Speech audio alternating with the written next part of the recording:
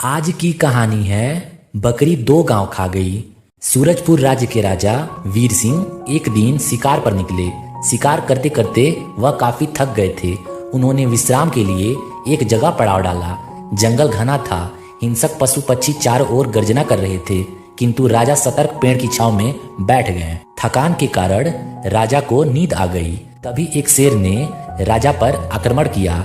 अचानक वहां एक भील जाति का शिकारी आ गया और उसने शेर पर हमला करके उसे मार भगाया।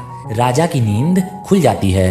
अपने ऊपर हुए हमले को जानकर वह बहुत भयभीत हो जाते हैं, किंतु दूसरे क्षण वह भील व्यक्ति पर प्रसन्न होकर उन्हें 2 गांव देने का वायदा करते हैं। इसके लिए वह पेड़ के वृक्ष से 2 पत्ते तोड़कर गांव देने का वायदा लिख देते हैं और आश्वासन देते हैं कि आपको राज दरबार में यह पत्ता दिखाने पर 2 गांव मिल जाएगा।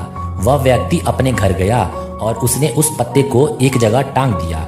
उस व्यक्ति के यहाँ 3 बकरियां थी, जिन्होंने उस पत्ते को चर लिया, अर्थात खा गए।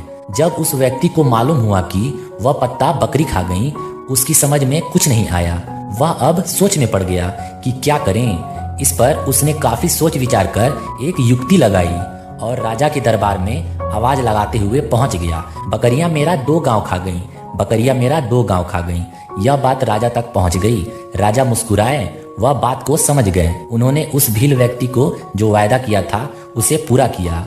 अब उस व्यक्ति के पास 2 गांव हैं और 50 से अधिक बकरियां भी। तो दोस्तों, इस कहानी से हमें यह सीख मिलती है कि व्यक्ति को कभी हताश नहीं होना चाहिए।